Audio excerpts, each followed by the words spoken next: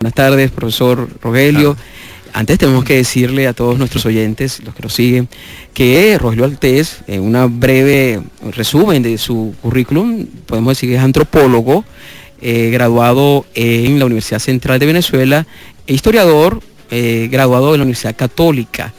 Él también es especialista en el estudio histórico y social de los desastres, y en esos estudios le pone especial énfasis a la sismología histórica. De todo ello vamos a estar, por supuesto, hablando. También hay que decir que el profesor Rogelio Altés se encarga de, ejerce su labor docente en antropología en la Universidad Central de Venezuela, y también tiene una vasta obra escrita. Hasta el momento suman hasta 8 los libros que él ha producido. En especial destaca uno que es El desastre de 1812 en Venezuela, que es de lo que vamos a estar refiriéndonos en el programa de hoy. Este libro, por cierto, tuvo el premio de la Bienal del Libro Universitario en el año 2008. Y su último libro, que dicho sea de paso, está disponible en las librerías, más adelante podemos hablar un poquito sobre eso, es Si la naturaleza se opone, terremotos, historia y sociedad en Venezuela, que fue editado por Alfa en el año 2010 y está disponible aquí. Con este es un breve resumen, no pretendemos hablar de todo lo que ha hecho Rogelio, pero nos place mucho estar acá con nosotros. Rogelio, buenas tardes, y bueno, vamos a iniciar la sección de preguntas con una aclaratoria a los oyentes de que es que tú pues estás en el programa, pero ya tienes un buen rato en Mérida.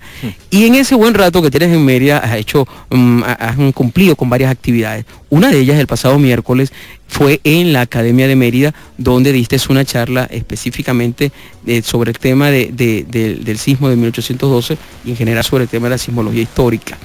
Y luego, en el día de ayer, jueves, estuviste en el Centro Cultural Tulio Febres Cordero dando una charla de otro tema que bien revelador, dicho sea de paso, que fue sobre las muertes bajo sospecha. Un estudio, una investigación que habla del número real o las cifras reales de víctimas en la tragedia del Estado Vargas. Has asistido a otros programas de radio también, y con nosotros ayer estuviste grabando un par de programas. Has hecho de todo, pero pareciera, por todo lo que hemos dicho, que el protagonista de toda esta visita de Rogelio a Mérida es sin duda esa fecha, del 26 de marzo del año 1812.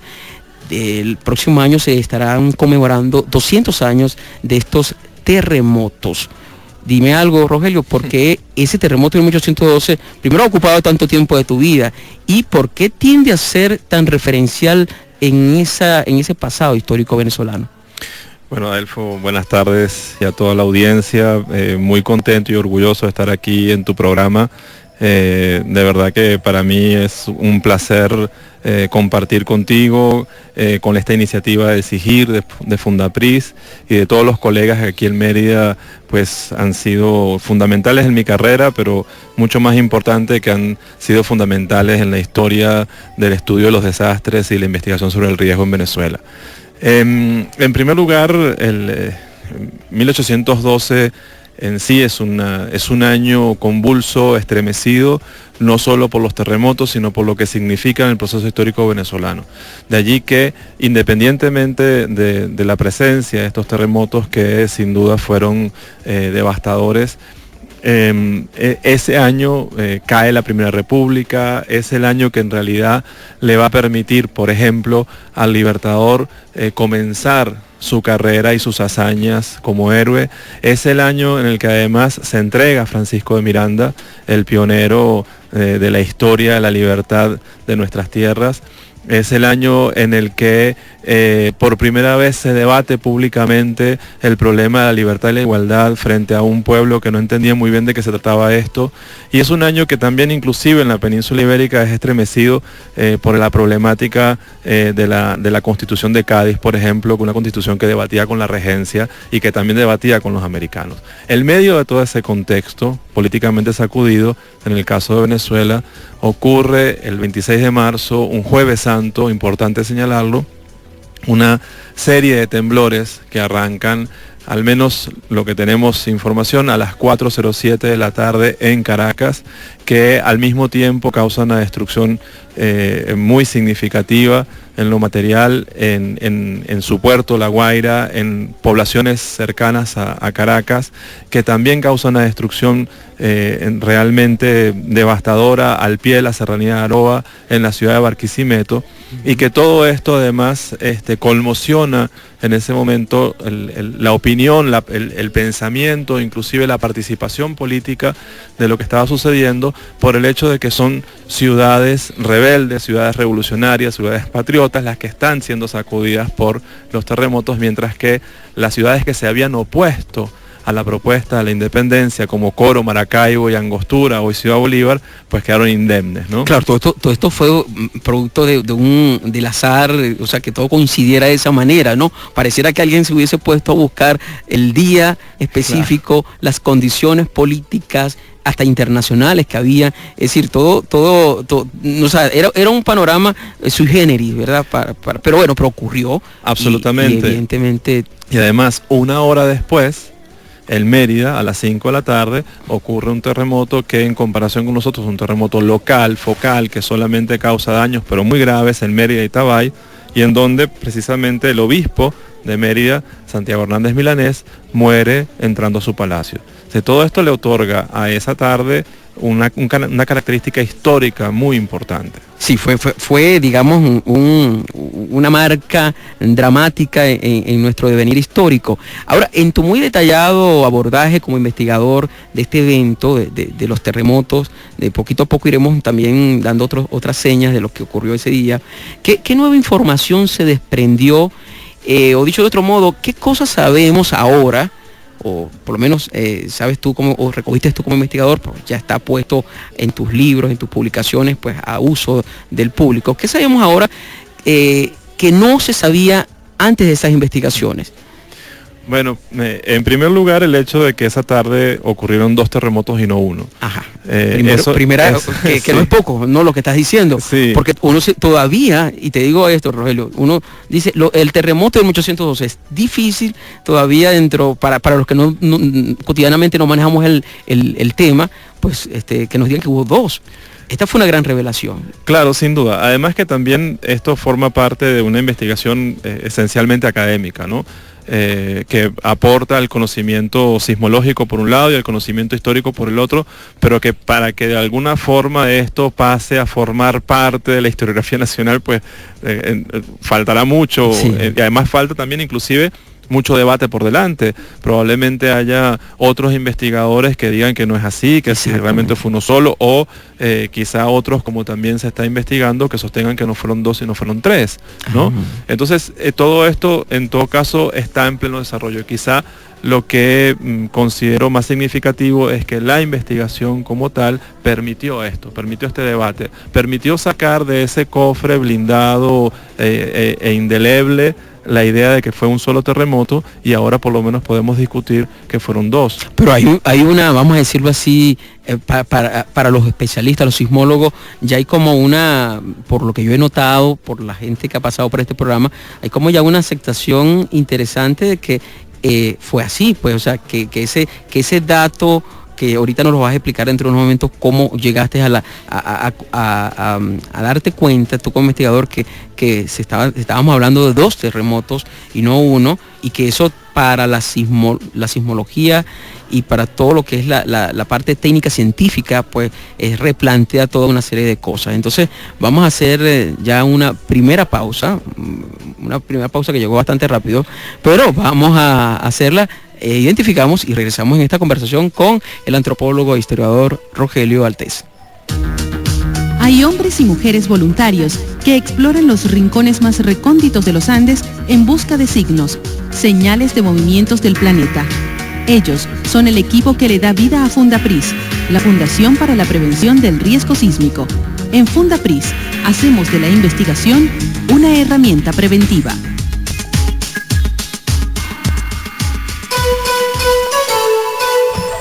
Bien, continuamos en información a todo riesgo. Hoy viernes 9 de septiembre de 2011, en nuestro programa número 44. hacia el bicentenario de los terremotos de 1812. Esto va a ser, obviamente, en el año que viene, en 2012, el 26 de marzo, se va a conmemorar 200 años de este evento. Y si hay alguien en Venezuela que puede hablarnos con propiedad de lo que ocurrió ese día, es nuestro invitado, el antropólogo e historiador Rogelio Baltés, que tiene una vasta experiencia investigativa en este tema y ha producido unos libros muy interesantes sobre el tema. Y bueno, nos estaba explicando, nos dijo una cosa que bueno, que para muchos puede ser una novedad, que no fue un gran terremoto, el gran terremoto de los Andes, que destruyó todo, sino 2. Entonces, ¿cómo a través de estudio histórico se puede determinar un aspecto que hasta ese momento era de competencia técnica, vamos a decirlo así? Precisamente a través de la investigación documental. Es decir, los terremotos del pasado lejano, de los que tenemos poca información en volumen en comparación con el siglo XX, necesitan, como cualquier hecho histórico, de la investigación documental para poder abordarlos y esclarecerlos, ¿no? Para poder comprenderlos. Esta investigación comenzó en el año 96 en la Fundación Venezolana de Investigaciones Sismológicas. Tardó, digamos, unos cuantos años en producir un producto acabado como fue el libro del desastre de 1812 en Venezuela, pero en el ínterin, por supuesto, se fueron publicando artículos, se fue avanzando, se fue debatiendo, se fue compartiendo con otra gente, que permitió que, en primer lugar, el hallazgo documental que a partir de cartas conseguidas desde Mérida, que señalaban que el sismo fue a las 5 de la tarde en Mérida, pudiese debatirse entonces con ese otro lado de la ciencia, que es la sismología, para ver en qué medida esto podría cuadrar dentro de una hipótesis al respecto. De manera que la investigación documental es sin duda la que pone en claro el hecho histórico, y el diálogo con las ciencias naturales es lo que permitió que esto pudiese tener el perfil de una hipótesis al respecto. Bien. Y te preguntaba así, y te comentaba que uno nota que ya hay como ha sido como aceptado, no sé si será la palabra más adecuada, por muchos científicos, sismólogos, que consideran que es así, ¿no? Como tú dices, pues sigue abierto el debate, pero parece que los datos aportados en tu investigación son bastante claros en precisar de que se trató de 2 eventos. Claro, porque la sismología sin duda tenía la sospecha de que algo no encajaba allí. Se trata de un evento que, viéndolo sobre el mapa, tiene una destrucción selectiva, o sea, tiene impactos macrosísmicos muy fuertes en torno a Caracas o en torno a la serranía de Aroa, y luego en Mérida de una manera muy focal, dejando espacios en el medio de kilómetros a la redonda en donde no hay daños y solo el sismo fue sentido. Esto sin duda generaba una sospecha al respecto. La investigación permitió aclarar esto a partir no solo del hallazgo de la documentación, sino también, y afortunadamente ocurrió un Jueves Santo, en donde el ritual es muy estricto, permitió la reconstrucción del Jueves Santo y cómo esto podía encajar dentro de los horarios de los rezos y las celebraciones, que de alguna manera permitieron hacer de esa reconstrucción una mirada más precisa, más exacta, ¿no? A partir de allí es que pudo establecerse que en efecto el sismo de Caracas halló a la procesión apenas saliendo a las 4 de la tarde, mientras que el sismo de Mérida ya había finalizado. Claro, el obispo estaba de regreso al lavatorio de los pies, entrando a su palacio, cuando lamentablemente cae la puerta y lo mata. O sea que esta secuencia de hechos cronológicos, la parte cronológica, es, digamos, en este caso, el argumento que explica estas cosas. Ahora, ese mismo contexto político que sacudía a Venezuela para 1812, si bien le pone muchos elementos interesantes a ti como historiador y antropólogo, pues, pero también para efectos de lo que se generó luego como historia, también le puso como unos elementos, como unos velos. Y tú en tus libros comentas que precisamente ese misticismo patriótico de cierta manera como que distorsionó. Ahí no puedo dejar de hacerte esta pregunta. La famosa frase de Bolívar, como ustedes saben, amigos oyentes, se le atribuye al libertador Simón Bolívar la siguiente frase: Si la naturaleza se opone, lucharemos contra ella y haremos que nos obedezca. Esta emblemática frase de Bolívar presuntamente fue pronunciada, y ahí el cuadro de Tito Salas, ¿no? Sí. Donde se ve a Bolívar en medio de los escombros, siendo como, no sé, cuestionado por monjes, y esa escena prácticamente el emblema, el sello, la marca. Ahora cuéntanos tú desde tu perspectiva, que has hurgado allí, ¿qué tan de cierto hay en estas historias? Bueno, en primer lugar, siguiendo lo que decías, en efecto, existe una historiografía que es nacionalista, ¿no? Es decir, no es una historiografía crítica, analítica, sino nacionalista, que de alguna forma reproduce el discurso de siempre, que donde los héroes son inmaculados y donde la independencia es una guerra necesaria, etcétera, ¿no? Esa historia nacionalista, por supuesto, no profundiza en el análisis, sino que otra vez se amarra a un discurso. La historiografía crítica, sin duda, le mete la lupa a todo esto, ¿no? O sea, cuestiona y duda de que ciertas cosas sean como son. Claro, pero sin embargo la historiografía crítica es la menos leída, ¿no? Porque la historiografía nacionalista es la que leemos desde primaria, la que te dice las fechas, la que te obliga a recordar las cosas, a conmemorarlas de la misma manera siempre, y la que de alguna forma te pinta el pasado de esa manera amarrada e indiscutible. En esa historiografía nacionalista precisamente se encuentra esta frase del Libertador, ¿no? Atribuida al Libertador, a partir inclusive, y fíjense la contradicción de todo esto, a partir de lo que dice su enemigo más acérrimo, al menos en discurso, en ideología, que fue José Domingo Díaz.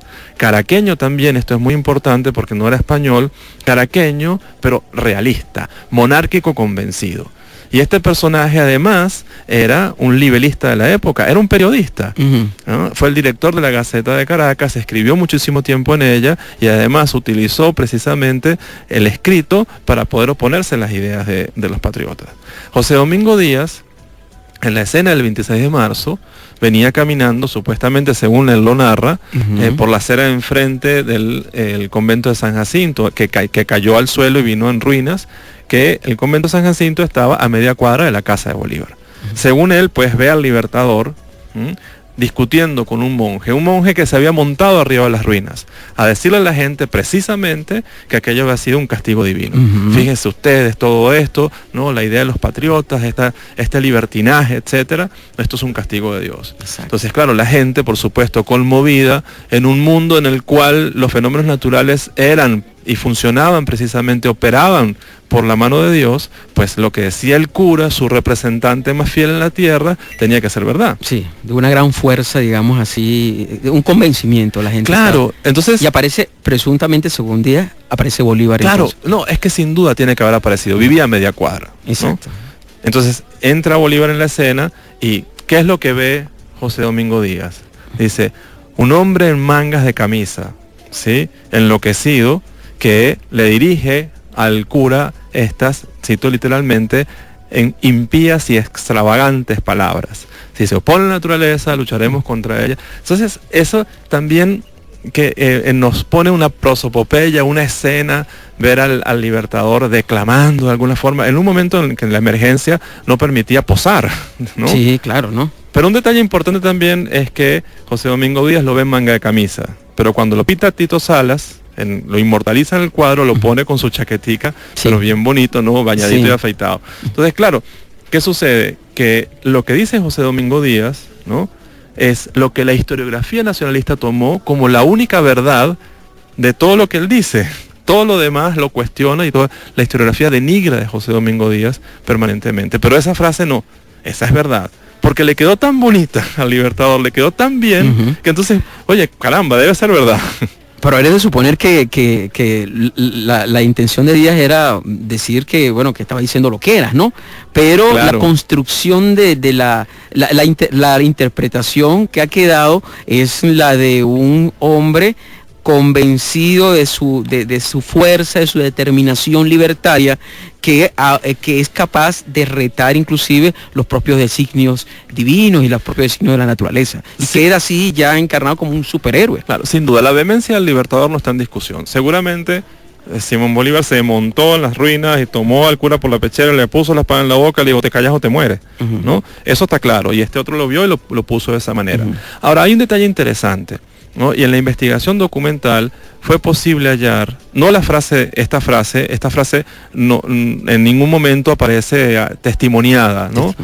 Pero en documentos cercanos, otros patriotas escribieron cosas por el estilo similares, ¿no? Lucharemos contra la naturaleza se nos opuso, y esto da cuenta, al fin y al cabo, primero que lo que dice José Domingo Díaz no estaba distónico con el momento, o sea, no estaba fuera de sintonía.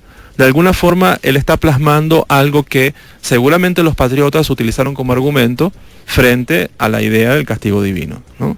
Y de allí que se la puso en la boca a Bolívar y hoy está dignificada con letras de bronce en la esquina de San Jacinto. Sí, ahí ha quedado inmortalizado, pero fuera de lo anecdótico que pudiera ser eso, pues también revela, tú asomabas el tema de cómo se concebían los fenómenos naturales, y has puesto el acento en que obviamente la gente lo veía como designios divinos, y pues obviamente dentro del contexto tan convulso político, pues la gente, los que iban a sacar provecho de la situación, lo sacaron.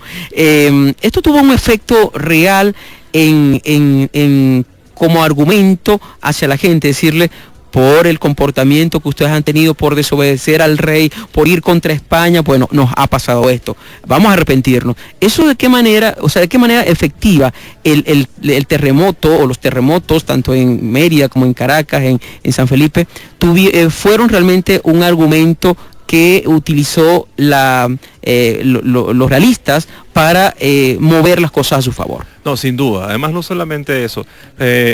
Si se revisa la Primera República, sobre todo ese momento álgido de marzo, donde empieza la guerra, donde Monteverde arranca desde Coro y arranca la guerra también con eso, no hacía falta terremoto para que la Primera República se cayera, ¿sí? Aunque los terremotos fueron, sin duda, la puntilla al respecto. Ahora bien, esto manejado desde el púlpito, manejado desde la misa, tuvo un efecto muy importante, un efecto en el pueblo, un efecto en la gente que no entendía para nada, que nunca entendió en ese momento el discurso de la libertad y la igualdad, y que en efecto, pues, al ver que los curas señalaban que esto era castigo divino, pues quedaron mucho más deprimidos y conmocionados. Una cosa importante en un desastre de esa naturaleza es observar la depresión de la gente, el impacto afectivo al respecto.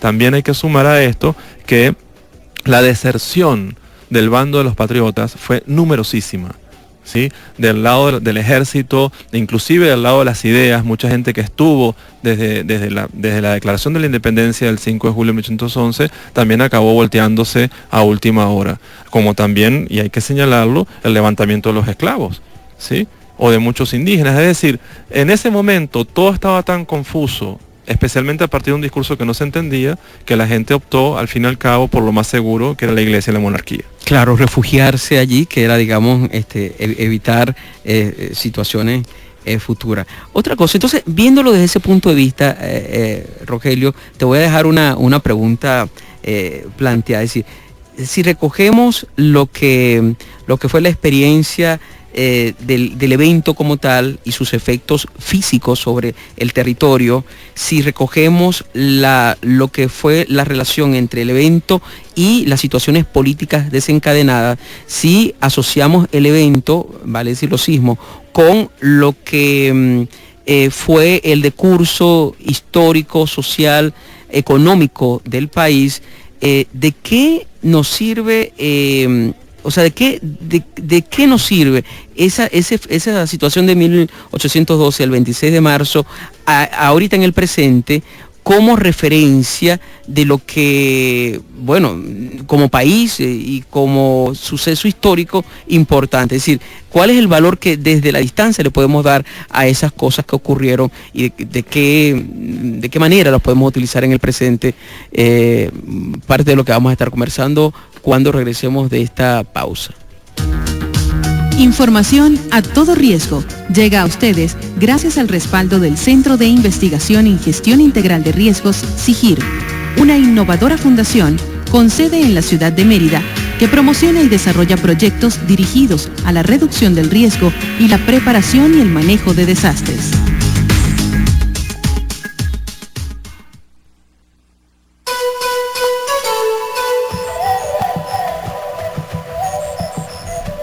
Bien, continuamos en información a todo riesgo. Recuerden que hoy, viernes 9 de septiembre de 2011, estamos conversando con el antropólogo e historiador Rogelio Altés, entre otros títulos que él ha publicado. El más reciente, Si la naturaleza se opone, terremotos, historia y sociedad en Venezuela, editado por Alfa en el año 2010. Está disponible, por cierto, aquí en Mérida, en la librería Ludens, valga la cuña, pero es importante decir dónde está ese interesante texto. De libro que recoge todo lo que ha sido el aporte de Rogelio Altés en el tema puntual de 1812.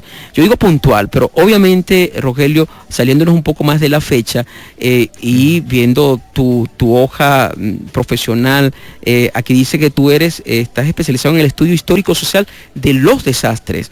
Si bien 1812 es emblemático y nos ha marcado, cosa que quedó pendiente para reflexionar de qué manera nos marcó hasta el presente, también quisiera que nos contaras qué otros eventos ocurrieron, eventos o fenómenos naturales que hayan tenido algo parecido, una interpretación histórica, digamos, de la magnitud o por lo menos que se le acerquen a lo que ocurrió en 1812, o para fortuna nuestra no son tantos.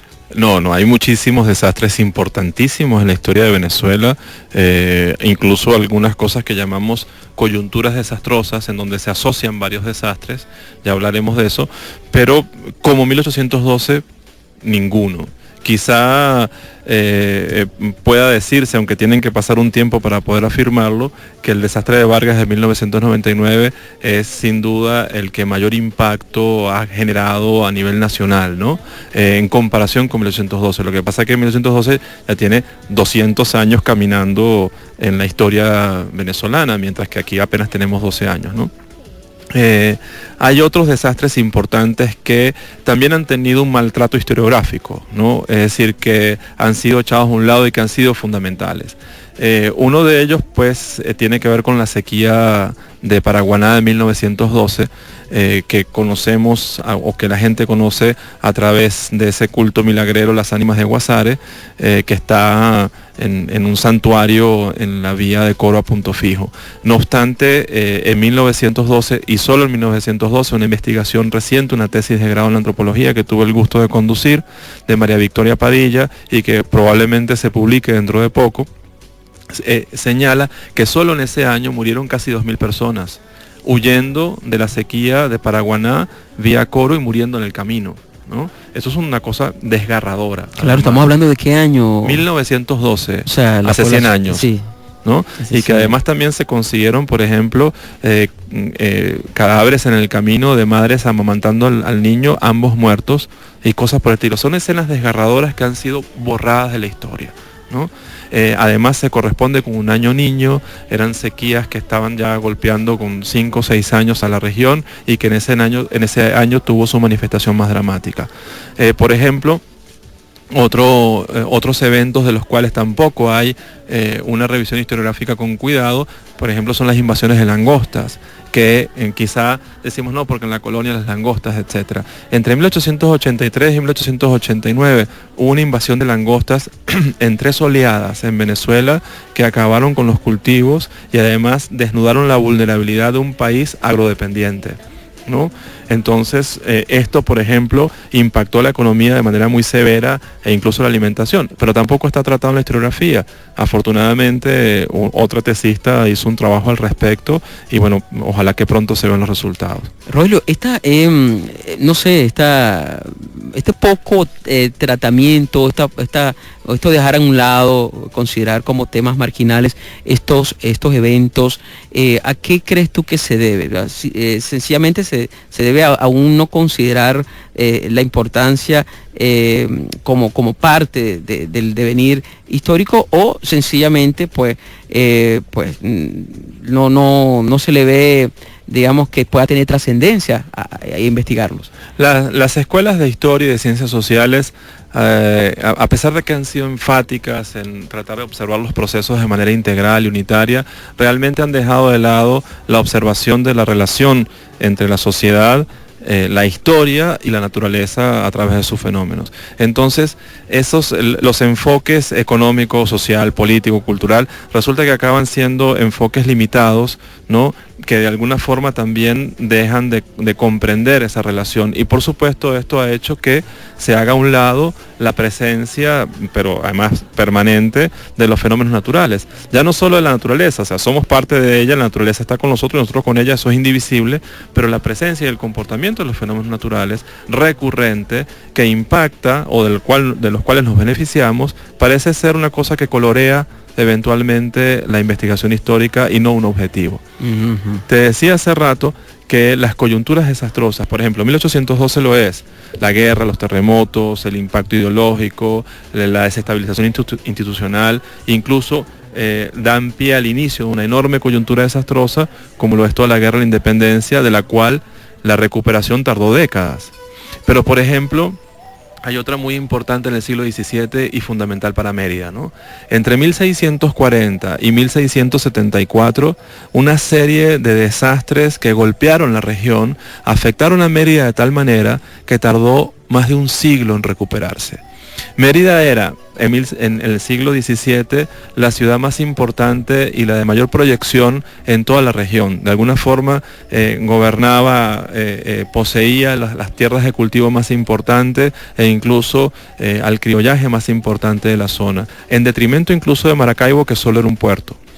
No obstante, entre 1640 y el 74, como te decía, una serie de pestes que acabaron con la población, con la mano de obra esclava, ataques indígenas, ataques de piratas que inclusive llegaron tierra adentro, casi a amenazar Trujillo, por ejemplo, ¿no? Y una serie de sismos destructores entre diciembre de 1673 y enero de 1674, acabaron con las sementeras y con las siembras que estaban al pie, en el sur del lago, en la zona de Gibraltar y los puertos, de tal manera que todo esto llegó a una quiebra económica dramática, de la cual, como te digo, tardaron un siglo en reponerse. De esto no hay un estudio, salvo algunos artículos, no hay estudio integral.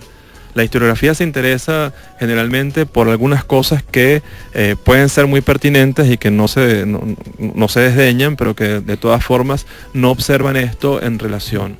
Mientras que por el lado de las ciencias naturales, la advertencia a estas cosas conduce en forma inversa a llegar a la historia social. Ahora, si miramos al exterior de eventos históricos, viéndolo ya como un punto de comparación simplemente, uno pudiera hablar de Pompeya, de todas estas situaciones que han ocurrido a la humanidad. También se puede decir que hay un interés, sí, de los especialistas, los investigadores, por estos temas ya en otros países, en el plano internacional, o es simplemente lo que hablábamos un poco de ese desdén local, es una repetición de situaciones que también se viven en otras latitudes. No, por un lado hay un creciente interés multidisciplinar que debemos destacar en el área latinoamericana, ¿no? O sea, este señalamiento hacia la historia, señalándola como responsable de no advertir objetos de estudio que son necesarios revisar, también hay que destacar que esta aproximación transversal a los procesos históricos es reciente, apenas 20 años más o menos, y en Latinoamérica tiene muchos representantes, ¿no? En el caso de otras latitudes, sí es necesario subrayar que los arqueosismólogos, por ejemplo, aquellos que desde la sismología utilizan estrategias arqueológicas para poder revisar el pasado de ruinas y ciudades perdidas, han avanzado mucho en esto, y esto implica la reconstrucción de la historia de la humanidad. También sabemos de historiadores, antropólogos que están trabajando y contribuyendo con la sismología o con el estudio del clima, por ejemplo, en centros científicos del mundo.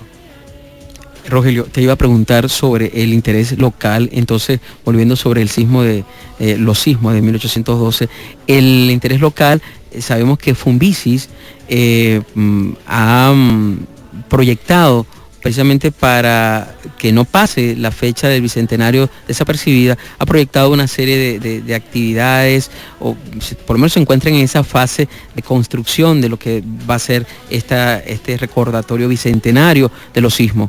Tú nos pudieras, entendemos que formas parte de los equipos que se han conformado para preparar algo al respecto, nos pudieras adelantar qué es lo que se está planificando y si en este momento, bueno, si toda esta serie de actividades pues servirán entonces para que pongamos, digamos, a 1812 no solamente en la mira como un elemento de recordatorio histórico, sino para tomar de él, lo que te preguntaba hace rato, lecciones para el presente.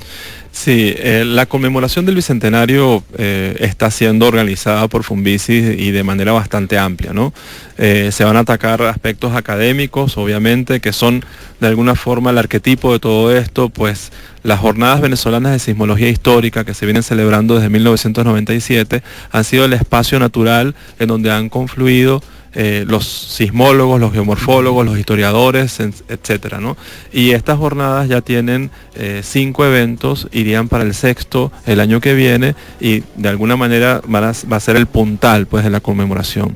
Pero también hay una cantidad de aspectos que tienen que ver con la difusión y la divulgación y cómo abordar a la sociedad y a la gente a través de la información y los medios de comunicación e inclusive a través de la participación ciudadana en todo esto. Claro. Y también a través de cómo captar museos para que de alguna forma puedan reproducir colecciones o exposiciones que tengan que ver con 1812 y con la sismicidad venezolana en general, ¿no? Funvisis está conformando un equipo multidisciplinario que va a llevar esto a cabo y que sin duda veremos esto pronto y sobre todo a partir del año que viene. Ah, perfecto, claro. A partir del año que viene entendemos que incluso tal vez a finales de este año ya comiencen a... Seguramente. Parece que va a salir un almanaque sismológico que sería muy bueno que todos tuviésemos en casa para que nos demos cuenta qué tan a menudo ha temblado en la historia de Venezuela. No solamente eso, y además tu presencia aquí con estos temas, tu conferencia en la academia, pues puede inscribirse dentro de esas primeras iniciativas para ir despertando el interés nacional, no solamente por el tema de los terremotos de 1812, sino sobre lo que es todo el tema sísmico y más allá del tema sísmico, sobre todo lo que tiene que ver con el tema de los desastres como mecanismo. Entendemos también, amigos oyentes, que en el transcurso de los programas, ustedes también, este espacio se va a convertir, vamos a decirlo así, en un seguidor puntual de todo lo que se vaya generando, de la información que se vaya haciendo, de las actividades que se vayan programando, y seguro pues en su momento vamos a estar nosotros informándoles a todos de los eventos y de las actividades que se vayan desarrollando. Rogelio, igual sabemos que dentro de todo esto que tú vienes elaborando y haciendo como investigador, pues pese a que es un hecho histórico, la gente lo ve allá a lo lejos y ahí se quedó. No, todo el tiempo hay información nueva que tú vas consiguiendo. Y sabemos que tú tienes previsto iniciar en los próximos días ya tu viaje para entrarle de lleno a tu investigación doctoral. ¿Puedes hablarnos de cómo se vincula esta etapa de tu vida académica, profesional, con todo esto que estábamos hablando de 1812? Bueno, pues 1812 me abrió la puerta a todo esto sin duda, ¿no? Primero como tema puntual y luego como desastre ejemplar para poder comprender los procesos históricos venezolanos al respecto. La idea de desarrollar una tesis doctoral asentada en Sevilla es tener el Archivo General de Indias a la mano y poder revisar con mayor espacio y tiempo la documentación sobre el periodo colonial. A eso me voy a dedicar, a tratar de revisar la sociedad a través de los desastres del periodo colonial con mayor precisión pues, y con mayor información documental. Sin duda que esto va a ser un trabajo muy rico y muy sabroso, pero bastante sudoroso también. Claro, no, pero nos imaginamos todos que te vas a divertir bastante. No, seguro. Van a tener que sacarte de esos archivos. Mimetizado con papeles. Sí, te vas a confundir con uno de esos papeles. Y de seguro va a haber información que en la medida de estos años vas a estar un tiempo largo por allá, creo que son 4 años, ¿no? 3 o 4 años. 3 o 4 años, pues me imagino que en el camino pues nos irás preparando algunos papeles. Favor, nos visitaremos seguramente. Sí, y bueno, y podrás seguir desde allá el programa. Vamos a hacer una última pausa para regresar con unos comentarios finales en el programa. Ya venimos. La Fundación para la Prevención del Riesgo Sísmico del Estado Mérida, Fundapris, a través del Ministerio del Poder Popular para la Educación, capacita a niños y jóvenes de la región en la identificación de los peligros de carácter sísmico, la evaluación de la seguridad de viviendas y el comportamiento apropiado ante una situación de desastres, luego de la ocurrencia de un movimiento de tierra de gran envergadura.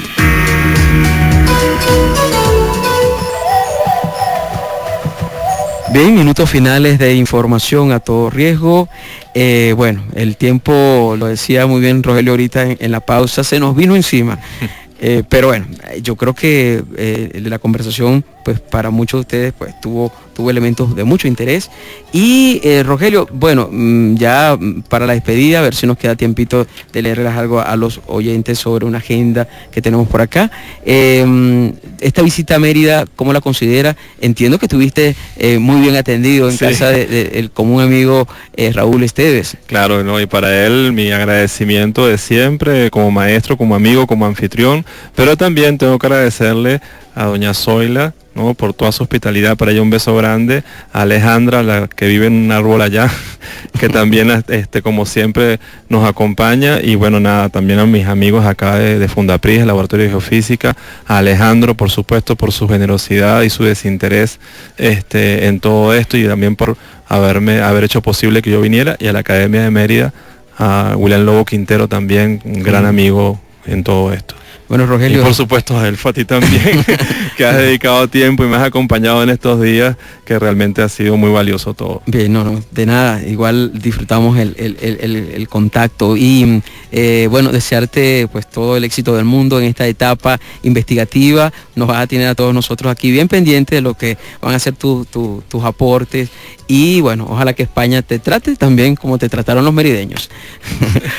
Rogelio, y para ti y para los amigos oyentes, una agenda final. Debemos informar que el tema de la formación en gestión integral de riesgo sigue ganando interés en toda Latinoamérica. Debemos informar que en Lima, Perú, se va a iniciar el próximo 26 de septiembre hasta el 9 de marzo del año 2012 un diplomado virtual en gestión de riesgo de desastre. Esto lo reseñamos porque sabemos que estamos transitando tiempos bien interesantes en el área de la gestión de riesgo, y el tema de la formación sin duda alguna ha ganado mucho realce.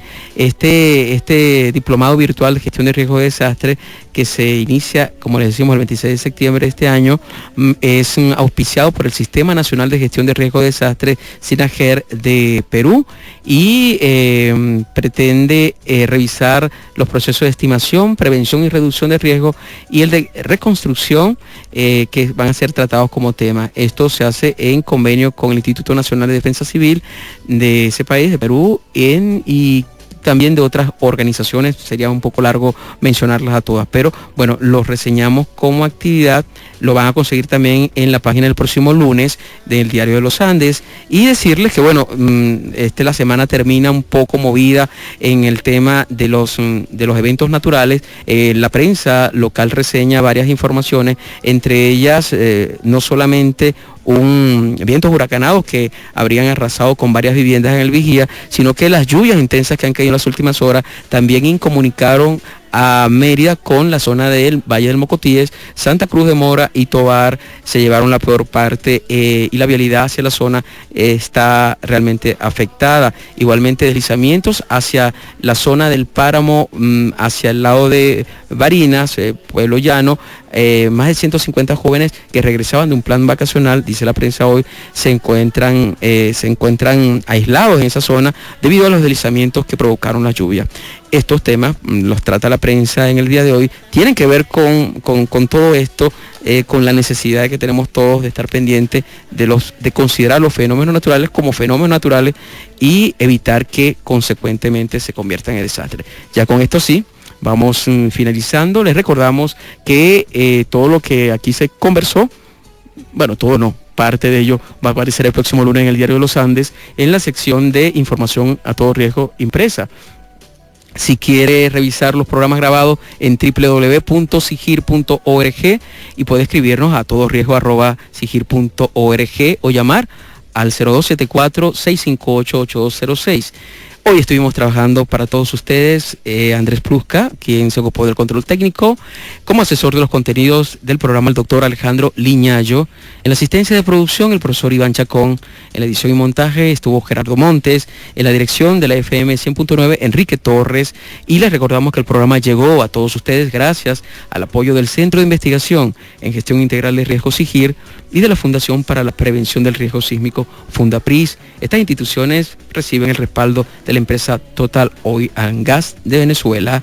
Les habló Adelfo Solarte con el CNP 8965, diciéndoles que hacemos información a todo riesgo para que el desastre no nos alcance.